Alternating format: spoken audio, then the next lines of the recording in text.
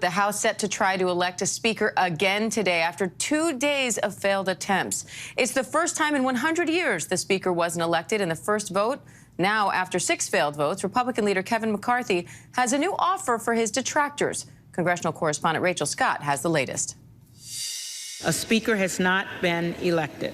The stage is set for a third day of battle for Speaker of the House. Overnight, ABC News learning Kevin McCarthy has made another offer to holdouts in the Republican Party against his bid for Speaker. I crawl before I walk. That's what you should gauge on. Being able to do that vote, that the discussions are going well. Sources tell us McCarthy has proposed a new round of concessions, including changing the rules so that just one lawmaker could force a vote to remove the Speaker, putting more conservatives on the powerful House Rules Committee, and a vote on bills like term limits and border security. It's unclear if it will be enough. The divisions in the Republican Party on full display.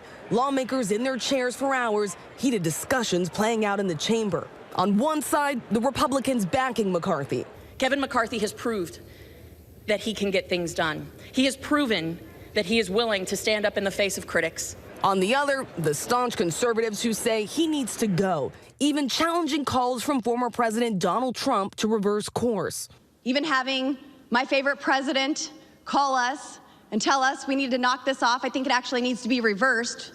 The president needs to tell Kevin McCarthy that, sir, you do not have the votes and it's time to withdraw. Those members under pressure to fold. Why is it time for him to withdraw and not you when he has so many more votes? Well, Sean, he needs 218, and he does not have 218. We've been trying to work this out in private, as you said, for months. McCarthy huddled with Republicans behind closed doors for nearly 3 hours, but still no deal. What is the strategy going forward with McCarthy? Work through it, get everybody together, and solve our problems. Are you so confident that you can pull this out? 6 failed votes? Yeah. Very. Even some of his supporters say it's time to wrap this up or step aside. If they haven't come together, then I think it's going to be incumbent on Kevin to make a decision and some other people to make a decision to step up. Former House Speaker Nancy Pelosi calling it all shameful. None of us has seen anything like this disrespect for the institution in a most cavalier, frivolous way.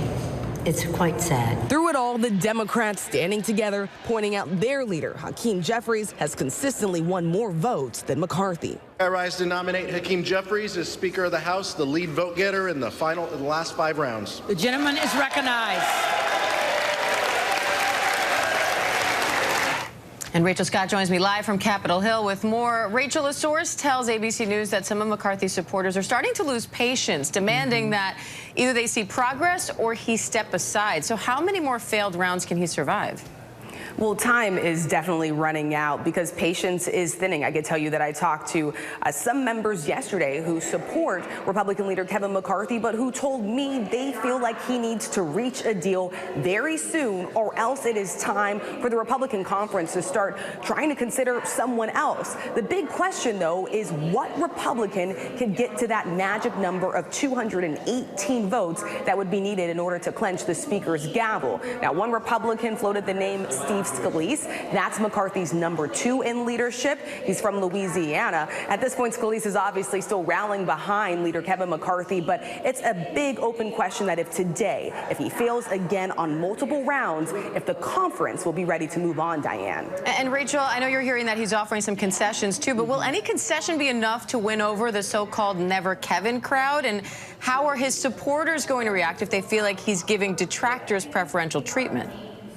Exactly, Diane, because McCarthy has to walk a very fine line here. And right now, it does not appear that those 5 conservatives, these far-right conservatives who at the beginning of all of this said that they would never support Kevin McCarthy, well, at this point, they are unmoved even by this latest round of concessions that Kevin McCarthy is offering. But then on the other hand, he also has to be very careful about not making angry some of the other moderates in the party. party and turning them away. So this is definitely a delicate balance for Kevin McCarthy at this point.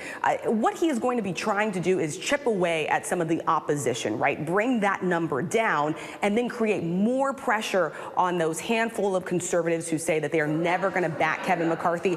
You saw there those very tense exchanges between Sean Hannity, the Fox News anchor, and Congresswoman Lauren Boebert. I think you can expect more pressure to come down on those conservatives to cave, Diane. All right, Rachel Scott on Capitol Hill. Thanks, Rachel.